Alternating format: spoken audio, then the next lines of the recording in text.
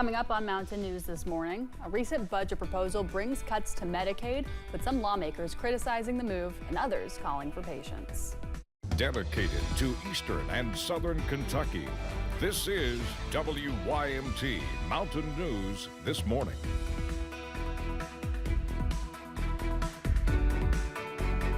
Good morning and a happy Wednesday to you, Mountain family. I'm Amelia Lee here with you on this May 7th. It is 6:29 this morning. And Megan, we have had a foggy start to our morning. I feel like it gets more foggy as the morning progresses. I experience the fog, but then when it's lighter out, I feel like sometimes it gets worse. Yeah, that's because those temperatures sometimes will drop a little bit more as we're heading into the morning before we start to see that warmth from the sun kicking in.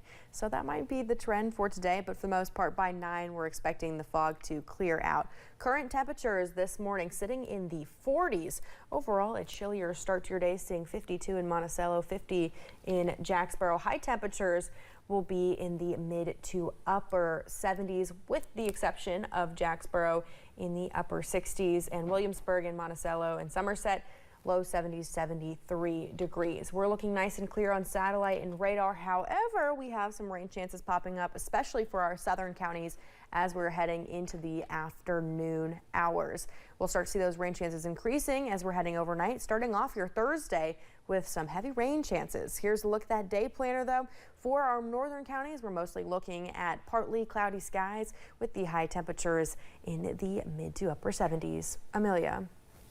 In February, an adopted budget proposal out of Washington included a cut of $1.5 trillion in spending over a 10-year period. It includes a task for the Energy and Commerce Committee, which oversees Medicaid, to find at least $880 billion in spending cuts during the next decade. As Jessica Umbro explains, it's a task that sparked conversation from Washington to Frankfurt. In a Tuesday morning Democratic Governors Association Medicaid press call, Governor Andy Beshear spoke out on the possibility of cuts to the federal program. This has both a big impact on states, but an incredibly important impact on people who need help the most. Governor Beshear said Medicaid has been a game changer for the Commonwealth and says scaling it back would hurt the state. Rural health care cannot survive without Medicaid. And when cuts would go into effect, the impact would be profound. After the Commerce Lexington luncheon, I was able to ask Senate President Stivers and Speaker of the House Osborne about the governor's concern and criticism of the possibility of Medicaid cuts. They didn't hold back on their thoughts of the governor's hardline opinion. How do you criticize something when you don't know what it is, unless you want to make it a political issue?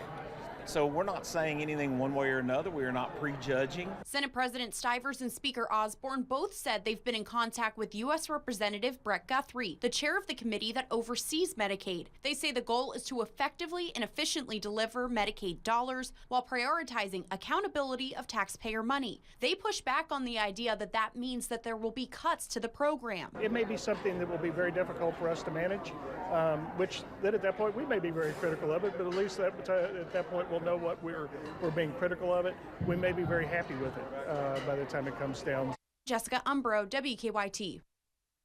Republican U.S. Congressman Brett Guthrie is the chair of the House Energy and Commerce Committee and represents Kentucky's 2nd House District. His office said they are not making any comment on policy-specific questions that may or may not be included in a final bill, but they said the representative is working with other Energy and Commerce Republicans and other members of the party to deliver on President Donald Trump's agenda.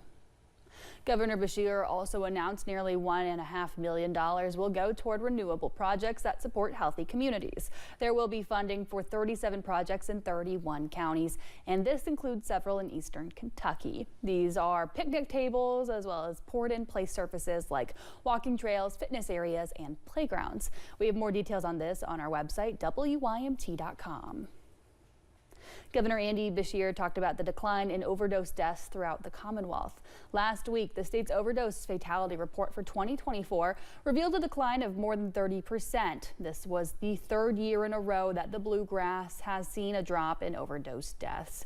Not all of the news during the news conference was positive yesterday. The governor noted there are 2 drugs that continue to be a concern for overdose deaths. 2 drugs in particular continue to be the most prevalent, contributing to deadly overdoses in the state.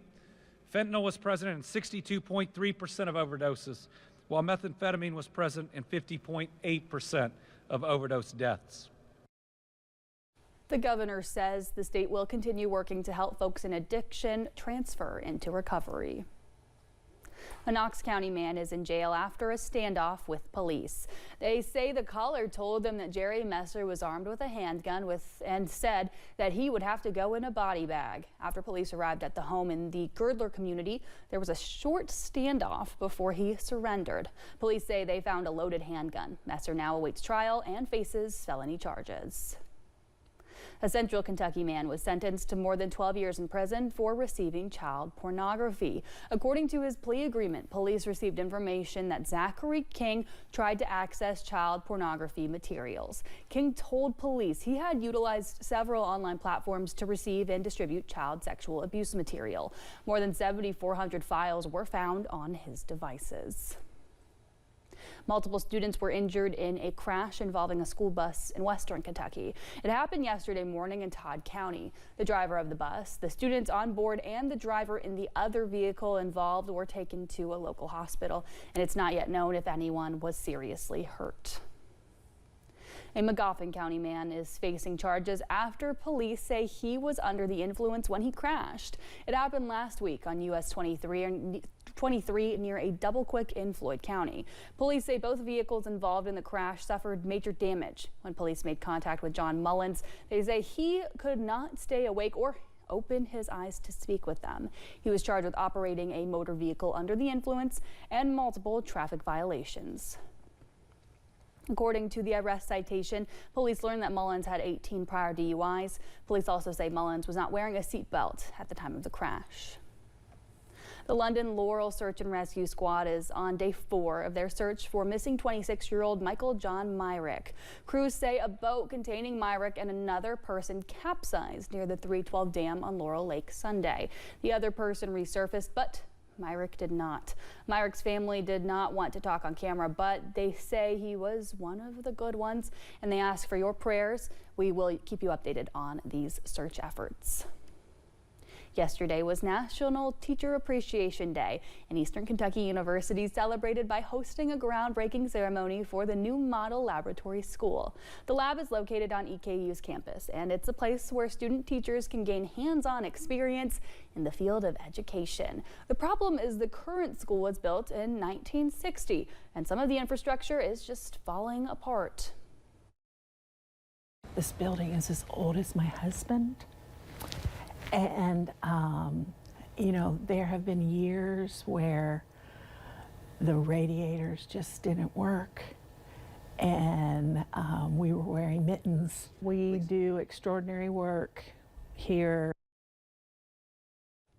The Kentucky General Assembly funded the new school at a total cost of $149 million. The new model lab school is expected to be completed by the 2027-28 school year.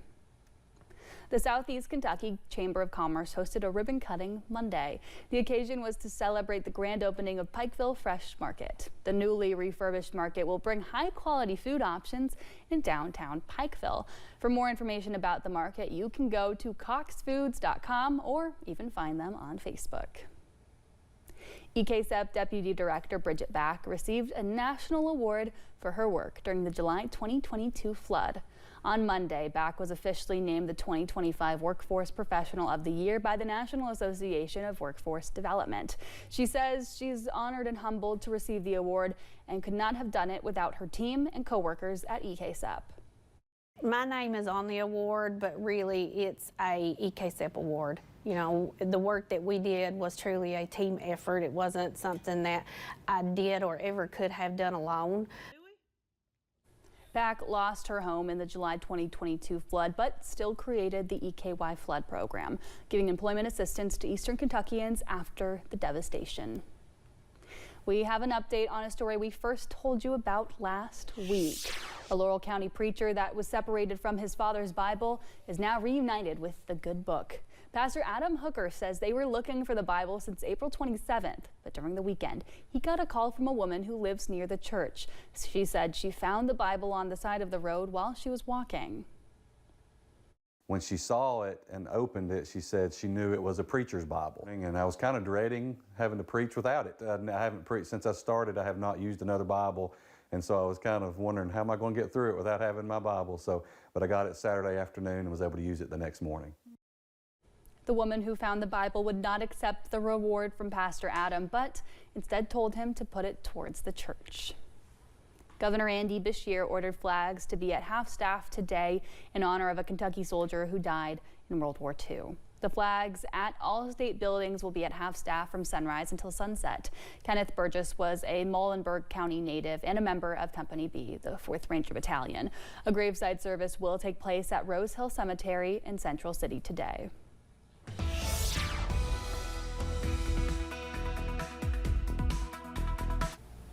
While we're looking nice and clear on satellite and radar, just watching some clouds roll through, we are still seeing some patches of dense fog this morning, so drive safe on the roads. Temperatures are sitting in the 40s across the region, looking at a mixture of the low to mid 40s, seeing 50 degrees right now. 52 in Monticello, 50 for Jacksboro and Jackson. We'll continue to see those temperatures warming up as we're heading into the afternoon, with highs in the mid 70s for most of the region, seeing upper 70s the farther you travel towards the northeast. Now, as we're going off the bus stop this morning, kids, here's what you need to know. We're going to see that fog. It's going to be a cooler start with temperatures in the upper 40s. By the time you're heading home, our southern counties do see a chance for rain, so you might need to bring that umbrella today, with temperatures in the mid 70s.